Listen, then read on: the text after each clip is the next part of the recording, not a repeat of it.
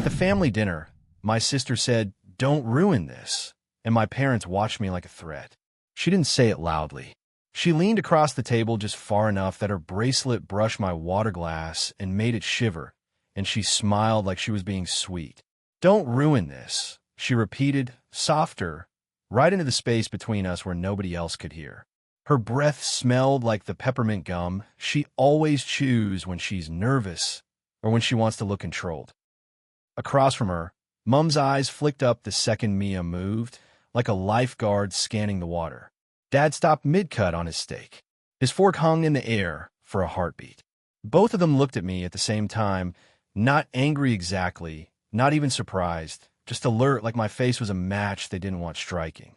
The table was crowded with plates and glasses and those little tea-light candles in cloudy holders, but the space around me felt too bright. I could hear the restaurant's background music, something jazzy and cheerful, and the clink of cutlery from the next table, and my own pulse, thick and loud in my ears. I forced my mouth into a neutral line because I could feel the instinct to defend myself rising like a reflex. I hadn't even spoken yet. It takes a special kind of humiliation to be pre-accused of misbehaving while you're still sitting there politely folding your napkin. I stared at the edge of the menu like it might anchor me. I could feel heat crawling up my neck and the stupid sting behind my eyes that always comes when I'm trying not to cry in public. Mia's smile stayed fixed, bright, and innocent. She glanced up at Mum and Dad, a quick little check-in, as if to say, "See, I handled it." Mum's shoulders eased by a millimeter. Dad's jaw unclenched. I watched them relax in real time, and something in my chest went cold, because the message wasn't subtle. They were bracing for me to be the problem.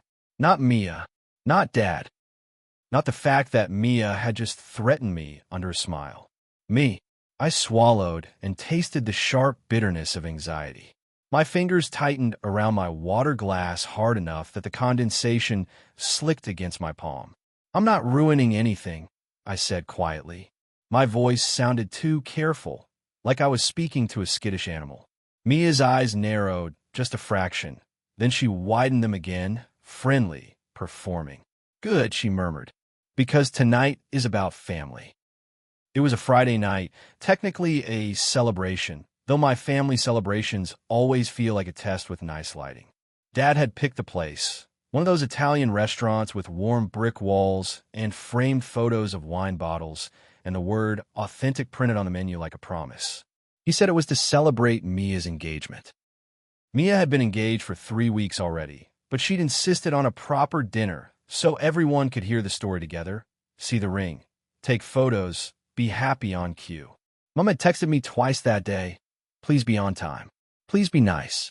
I'd stared at those messages longer than I want to admit, trying to figure out what "be nice" even meant in a family where niceness is mostly silence.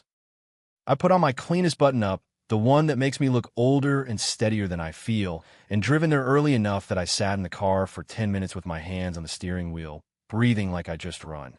This isn't the first time I've been treated like a grenade with the pin halfway out. It's just the first time it was said that plainly, with Mia's lips barely moving and my parents' eyes already trained on me. Mia is my older sister by 2 years. We grew up in the same house, same rules, same parents, but it might as well have been 2 different childhoods. Mia learned early that the safest way to be loved in our family is to be impressive and agreeable. She was the easy one, the one teachers praised, the one Mum bragged about at the hairdresser. Dad called her my girl. She played netball. She got good grades. She laughed at Dad's jokes even when they weren't funny. I was the kid who asked too many questions, who got stomach aches before school, who cried in the wrong moments. I didn't do anything terrible. I wasn't out stealing cars. I was just sensitive. That word got stamped on me early and never peeled off. When I got overwhelmed, it was a character flaw, not a signal. When I got quiet, it was sulking.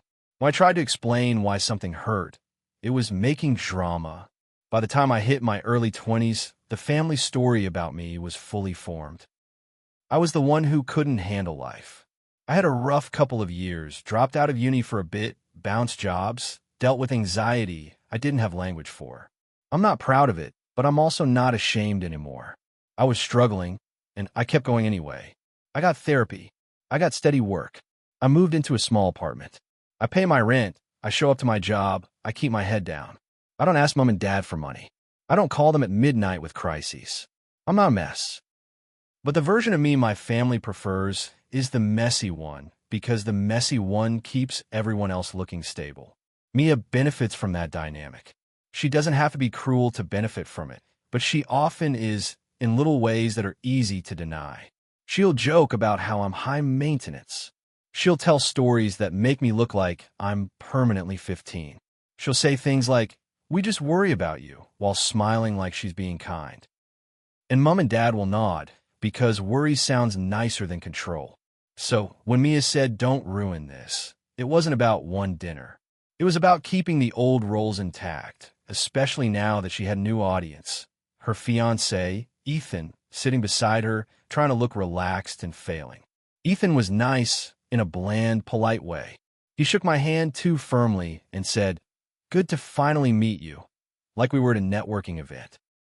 He kept glancing between Mia and Mom, smiling when they smiled, laughing half a second after everyone else laughed. He was already learning the rhythm. I wondered if he'd noticed the way Mia's hand tightened on his thigh every time Dad spoke, like she was steering him silently. After Mia's warning, the dinner rolled on like a train that can't stop. The waiter poured water.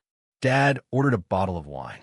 Mom asked me if I'd been keeping busy with that tone that means say the right thing. I answered with safe, small sentences. Works fine.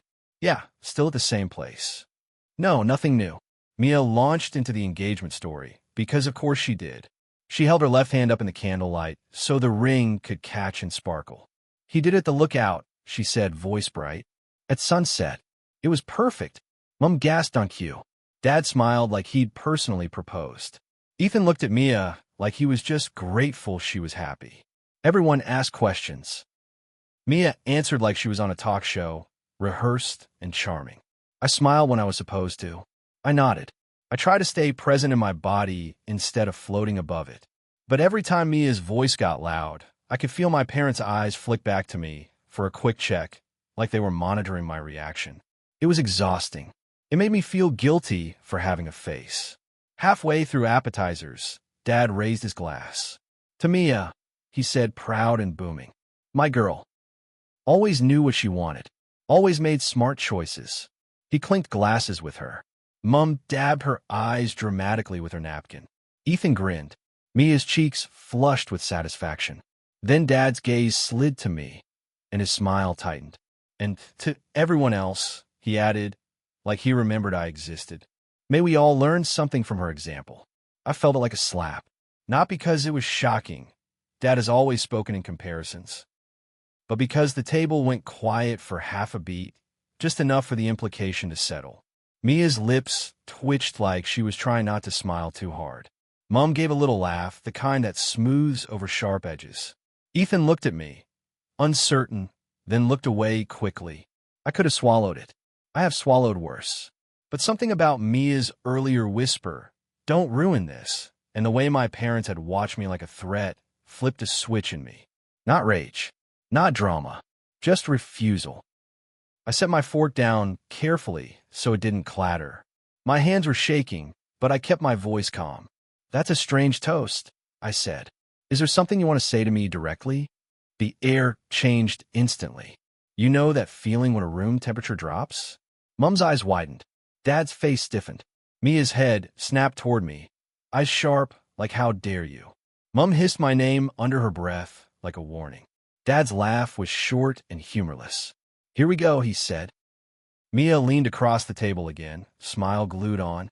"Don't," she whispered, barely moving her lips, but everyone had already heard the shift. "You can't unring that bell." I felt my heart hammering, but I stayed steady because I've learned that if I show emotion, it becomes evidence against me. "I'm not trying to start anything," I said. "I'm just asking." Dad rolled his eyes. "It was a compliment to your sister," he said. "Why do you always have to make everything about you?" There it was. The script line. Familiar as wallpaper. Mom jumped in fast, voice too bright. "Sweetheart, eat your food," she said to me like I was 5. "Let's just have a nice night." I looked at her. Really looked. She wouldn't meet my eyes. Her gaze flicked between Dad and Mia like she was managing traffic. Why are you nervous? I asked her quietly. What are you expecting me to do? Mom's cheeks flushed. I'm not nervous, she lied, and her hand gripped her wine glass so tight her knuckles went pale. Mia laughed lightly, performing again. Because you always turn things into a big emotional scene, she said, voice sweet enough to rot teeth. We're just trying to celebrate. Don't ruin this.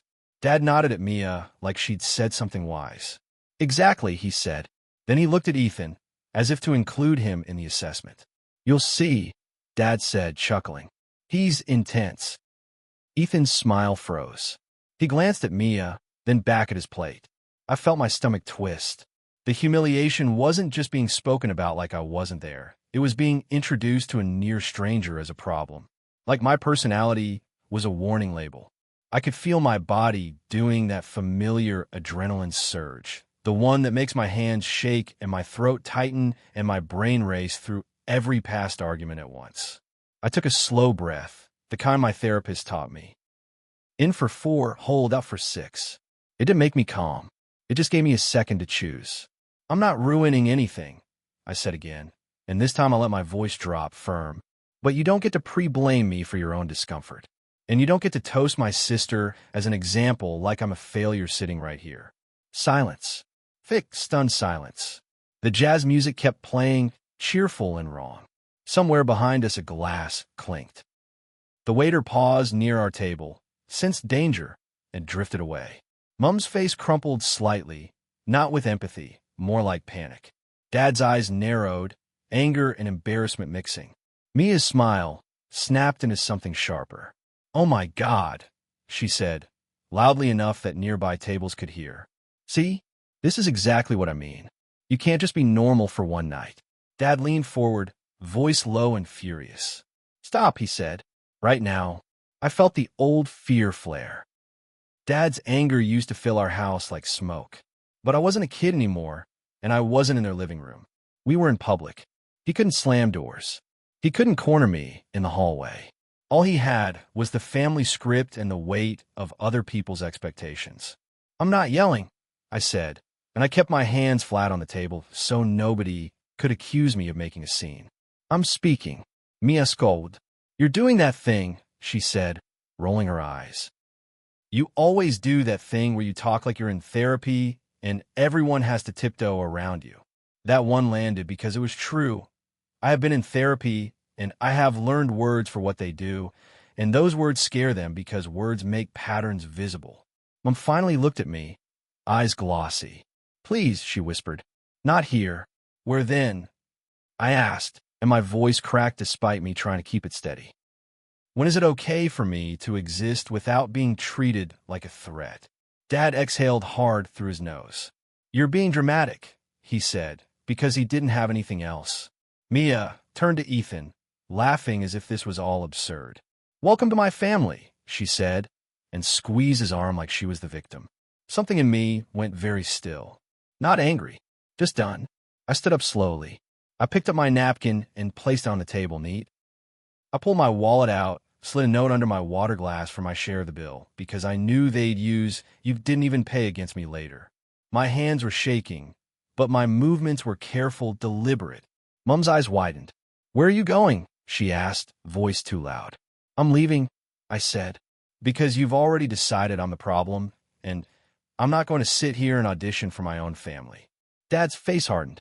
Sit down, he ordered automatically. I looked at him. No, I said quietly. Mia's voice went sharp. Are you serious? She hissed.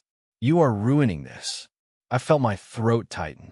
I looked at her, really looked, and I saw something underneath her anger. Fear. Not of me, of the narrative collapsing. If I left calmly, without yelling, without throwing a fit, then I wasn't the unstable one. Then her whisper, don't ruin this, would look like what it was, control. I'm not ruining your engagement, I said. I'm just refusing to be your punching bag. Mum stood up halfway, then sat back down like her legs failed. Please, she said again, but her eyes flicked to the other tables, to the audience. The image mattered more than my nervous system. So I walked out. Outside, The air was cold and smelled like car exhaust and damp pavement. The restaurant door closed behind me with a soft thunk, muffling the noise inside, and my body finally let go of the tension like a snapped rubber band. My hand shook harder. My breath came too fast. I leaned against the brick wall and stared at the street lights until my vision steadied. I hated that I was crying, quiet tears slipping down my face in the dark like I was proving their point. I wiped them away with the heel of my hand and tasted salt. My phone buzzed almost immediately. Mom. I ignored it. Then Dad. Then Mia. Mia's text. You're pathetic. You always do this. You couldn't stand that tonight wasn't about you. Dad's text. You embarrassed us. Apologize to your mother. Mom's text. Please come back. People are looking. Please. There it was. People. Always people. I walked to my car. My legs felt shaky, like I'd run a marathon. I sat in the driver's seat and stared at the steering wheel, hands hovering above it like I wasn't sure how to use my body anymore. My chest hurt in that tight, bruised way anxiety makes you feel like you've been punched from the inside. I drove home in silence. I didn't turn on music. I didn't call anyone. I just let the street lights smear across the windshield and try to keep breathing.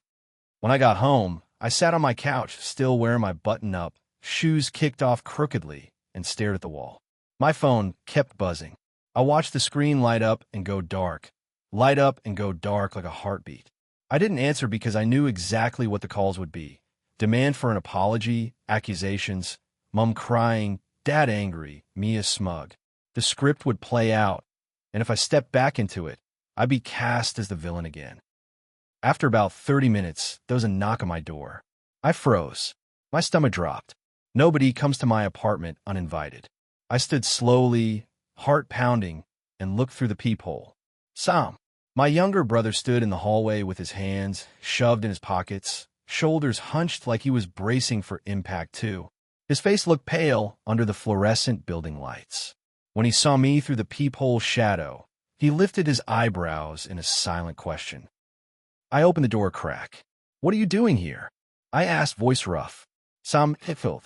Mom made me come, he said immediately, then added quieter, but I also wanted to. I stepped back and let him in because I didn't have the energy to argue. He came in, looked around my small living room like he'd never really seen my life up close, and sat on the edge of the couch like he might bolt. You okay? He asked, and his voice did something strange on the word okay. Like he didn't know what it meant anymore either. I laughed once short. No, I said.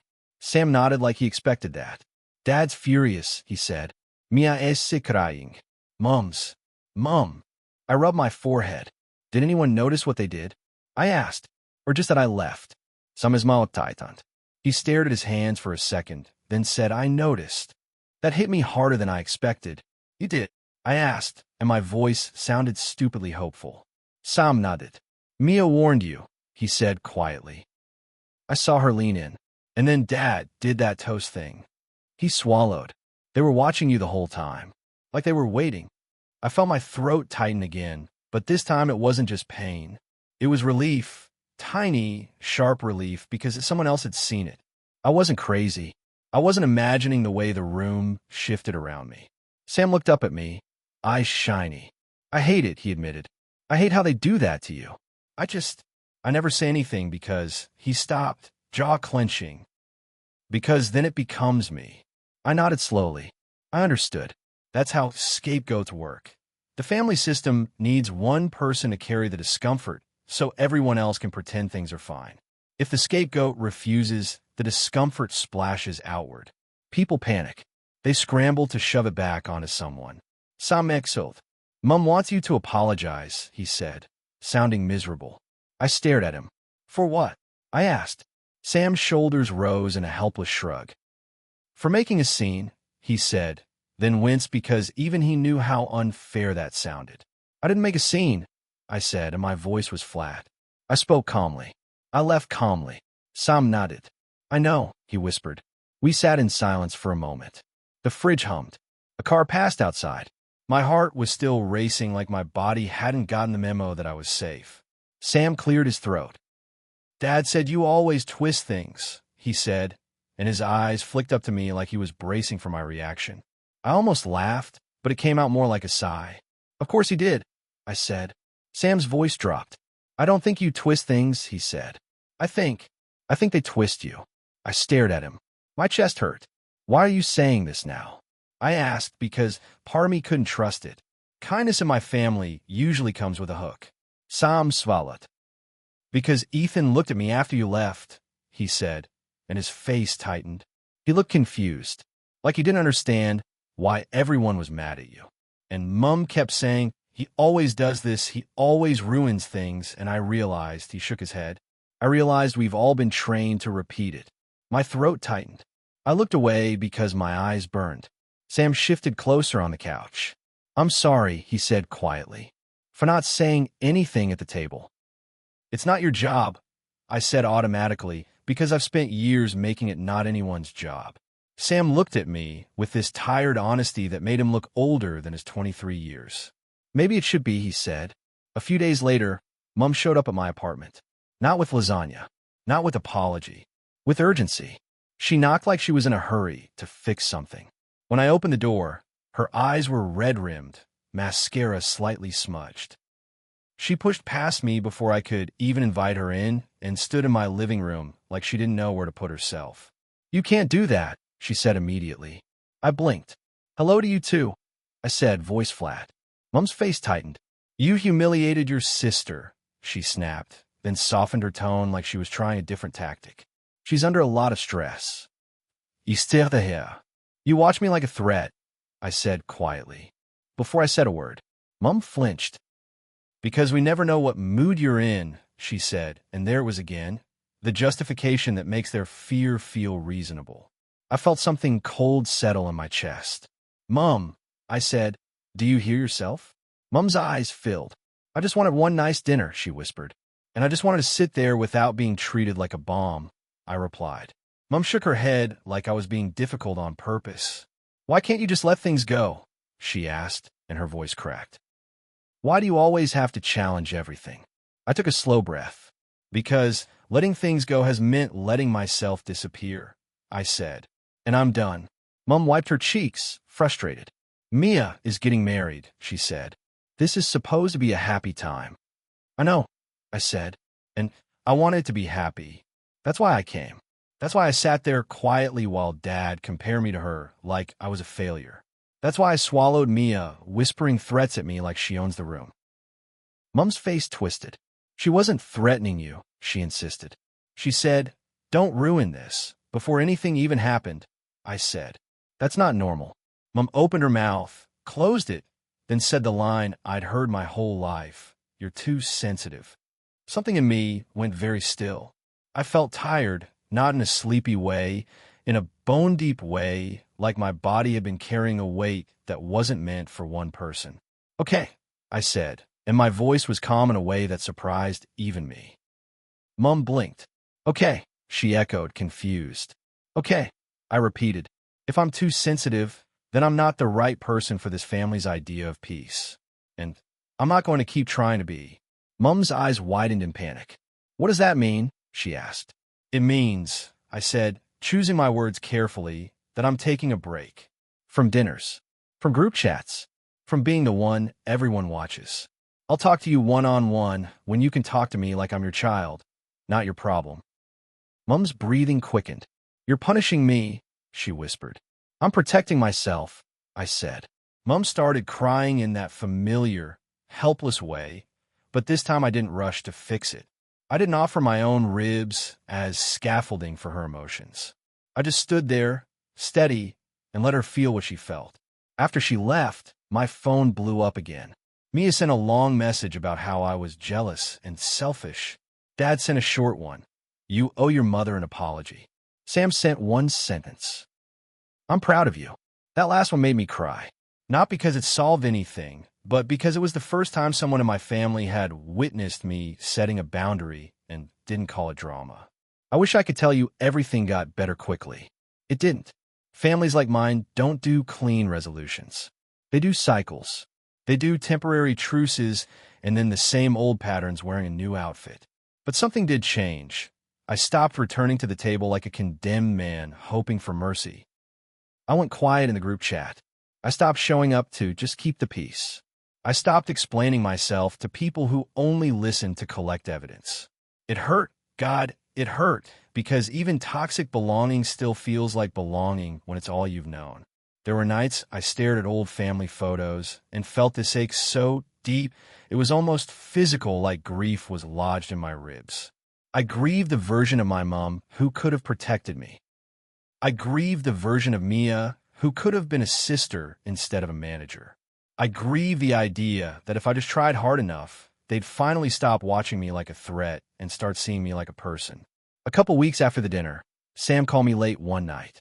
I answered expecting bad news, but his voice was quiet and honest. "Ethan asked about you," he said. My stomach dropped. "What did he say?" I asked. "He asked why everyone treats you like you're dangerous," Sam admitted. "He said you seemed normal. He said Mia got weirdly intense when you left."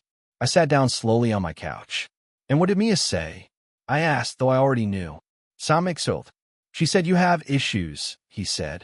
"She said you make things up. She said you can't handle attention not being on you." I laughed, bitter. "Of course." Sam's voice softened. "I told him I don't think that's true," he said. "I told him they watch you because they're scared you'll say something honest." My throat tightened. "I'm not a hero," Sam rushed, like he was afraid of being brave. Dad got mad. Mom cried. Mia stormed off. It was messy. He paused, but it felt wrong to keep repeating it. I stared at my dark window, my reflection faint in the glass. "Thank you," I whispered. After we hung up, I sat there and realized something that took me years to learn. The family script only works if everyone keeps reading their lines. The moment one person stops, the whole play starts wobbling. And that wobble feels like chaos to the people who've benefited from the script, so they call it ruining things. Maybe I did ruin something that night. I ruined the ease of pretending. I ruined the comfort of having a designated problem. I ruined Mia's ability to control the room without anyone noticing. I ruined my parents' fantasy that peace can be maintained by silently sacrificing one child. But I didn't ruin Mia's engagement. I didn't ruin dinner. I didn't ruin the family. I just stopped being the threat they needed me to be. And I'm still sitting with how strange it feels to choose myself without permission. Some days it feels powerful. Some days it feels lonely. Some days I miss my mom so badly it makes my teeth ache. And then I remember her nodding along while Mia whispered, "Don't ruin this." And I remind myself, I didn't ruin anything. I just refused to keep disappearing so everyone else could feel comfortable.